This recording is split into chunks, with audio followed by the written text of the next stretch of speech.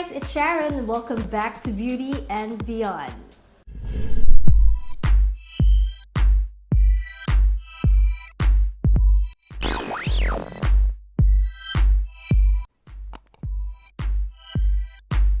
So in today's video, I will be sharing to you how to rebond hair. Yeah, so I've been doing hair rebonding in particular for almost 6 years, 5 to 6 years now. Yes, you may say that it was a long time ago. Yeah, it was really a long time ago. I think I got into hair first with haircut. I started with haircut, and then eventually I started to learn how to rebond hair and other hair stuff like hair coloring. But today we are not talking about other hair stuff. We are talking specifically with hair rebonding. So hair rebonding is not something that you can do with everybody else or with any type of hair. You have to have that knowledge and experience for you to be able to do hair rebond to other people's hair, especially with other people's hair. If you are still new to hair rebonding, you need to do a lot of practice.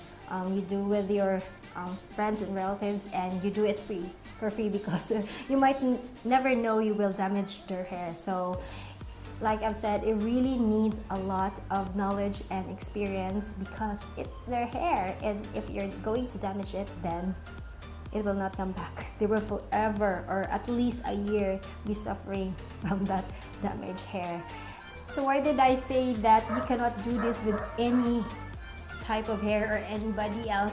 It's because it is very damaging to the hair, to be honest guys, if done incorrectly and if you don't have the knowledge and experience. So if you really wanted to do hair rebonding, you need to experience and learn more knowledge, because nowadays there are a lot of rebonding products that are available, and each product comes with different instructions, so you need to attend more seminars and stuff. Yeah, most of the people think that it is very easy. You just apply the cream and then rinse and iron. No, it's not. It's very serious matter, guys.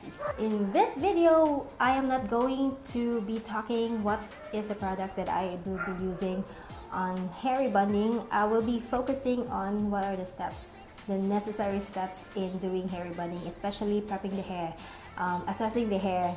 You need to assess the hair, guys, if it is still has the integrity to accept hair rebonding, because if your hair doesn't have that integrity, worst comes to worst, it will get damaged. So it is very important. So in this video, I will be focusing on that. If you want to know how to do hair rebonding, then just keep on watching.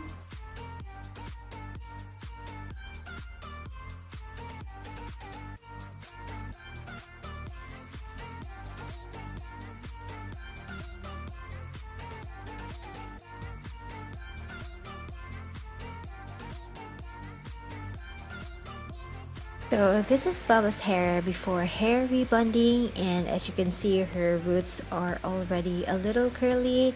I think it was 4 or 5 months ago since we last rebonded her hair, and now she needs to do a retouch.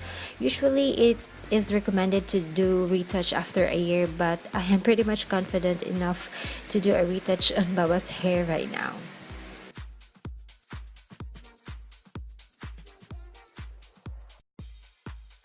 So this is the straightening cream, and I also added a keratin bonder just to ensure the health of the hair, and this is just to prevent damage during the process. So I am just mixing this very well, incorporating the two products together, and after that I am going to apply this on Baba's hair. So now I'm just sectioning her hair into a T-parting, and I'm dividing it from the top of the head up to the side of the ear. So this is how it looks like from the left, the back, and the right side. So very simple T-parting. So now I am applying the straightening cream section by section, and I am starting at the bottom part of the head. It is really very important to start at the bottom part of the head, since the hair there is a little thicker compared to the hair near the forehead. So if you are going to start applying the straightening cream near the forehead, most likely you will over process the hair since the hair there is very thin. So make sure to remember that to apply the straightening cream at the bottom part of the head, and also always remember to apply the straightening cream 1 centimeter away from the scalp, because if you're going to apply it close or directly to the scalp, most likely you will burn your scalp and you will end up with a falling hair. So always remember to apply it 1 centimeter away from the scalp and never touch the skin of your client.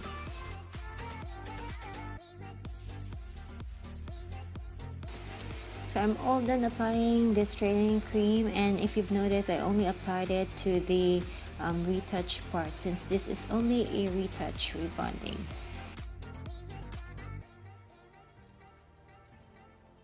So now I'm wrapping the hair with a cling wrap or a film wrap. This is to prevent the product from drying up and also better processing of the hair. So I'm just spritzing the hair with water to prepare for the straightening cream. The water helps in diluting the product since this part of her hair is pre-rebonded already. Then I'm just finishing applying the straightening cream to the rest of her hair and making sure that every section is well saturated with the cream. It's very important so that you will not have any curls after. But since this part of the hair is already pre-rebonded, I don't worry them much, but always make sure, guys, to really apply the cream evenly to the hair.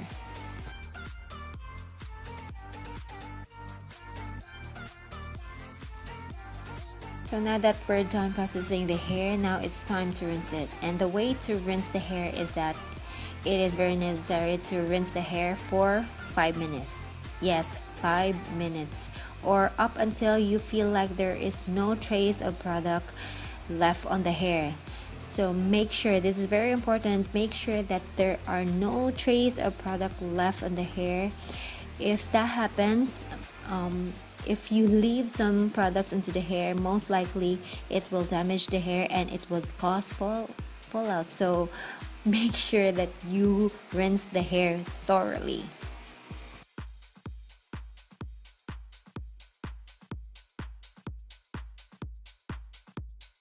So now I'm just drying the hair with the medium heat setting. It's very important to use medium heat setting because at this stage the hair is very fragile. It could break easily or get damaged easily if you are not very careful at this point. So make sure that your your blow dryer is set into medium heat.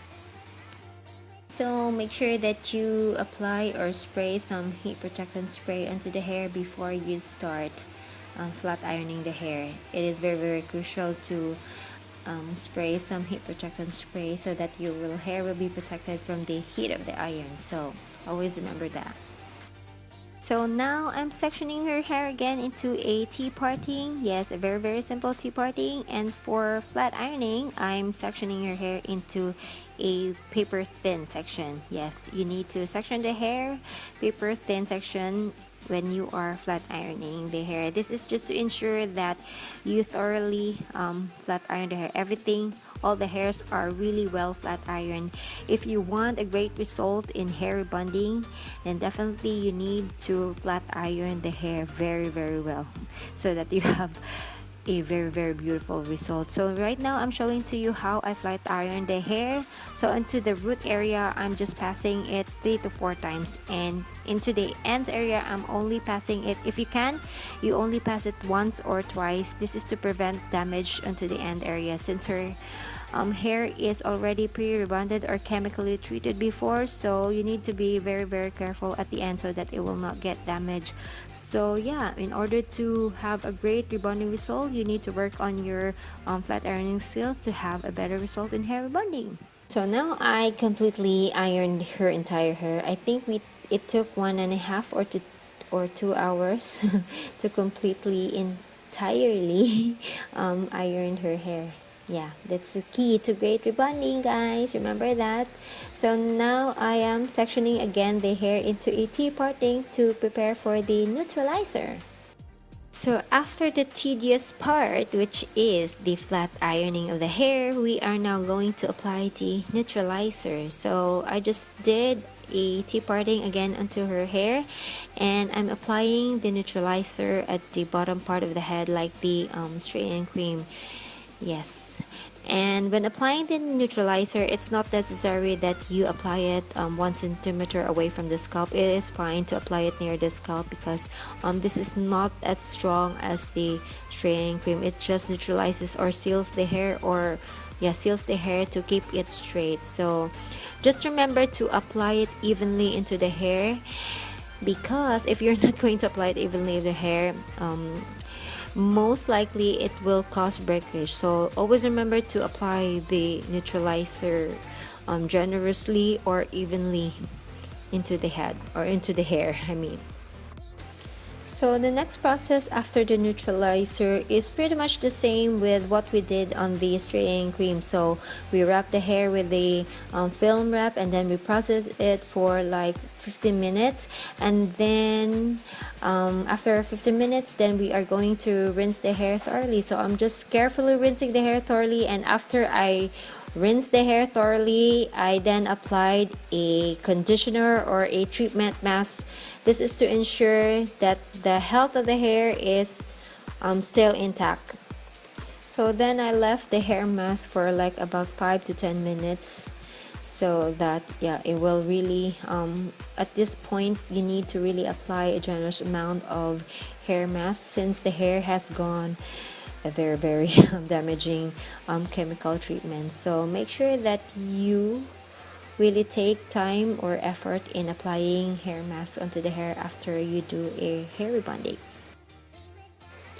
Now that our mask is already soaked in, it's time to rinse the hair. So we are almost done. I'm just going to blow dry your hair, and after blow drying hair, basically you're done, you're finished, you're done rebonding. But for me, I wanted to do an extra step, so I'm going to flat iron hair. Flat iron your hair helps ensure that there will be no creases left in the hair. In order to have great result, you need to take some extra steps so that your hair rebonding result will be amazing, great. So make sure to take the extra steps so that you have greater results, and your clients will come back to you after next year and after that. So this time ironing process is not that long compared to the first one, because we are just going to iron big sections. This is just to ensure that there are no creases left in the hair. So just checking for creases and just passing the iron once or twice. So after each hair rebonding, I always take this extra step, another extra step. So I always trim the hair, the ends of the hair, because every time, no matter what you do, even your hair is freshly cut, still the ends get super dry. So in order for you to have a better or an amazing results in hair rebonding, you need to take this extra step, guys. You need to trim the ends. Even though your clients say, no, don't trim the ends, you need to insist on trimming the ends. Not a lot, maybe just 1 inch. Just tell them that you will just take up 1 inch of the hair, and so that it will be very beautiful. I promise they will thank you later after you remove all those dead ends.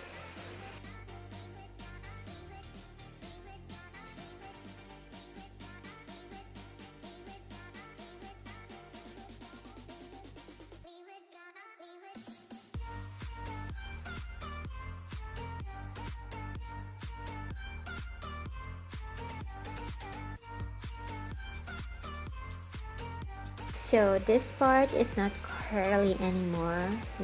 Look how straight Baba's hair now.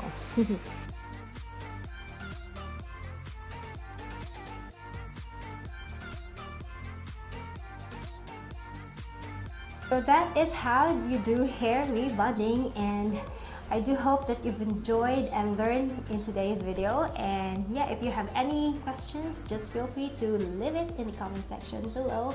I will gladly answer those.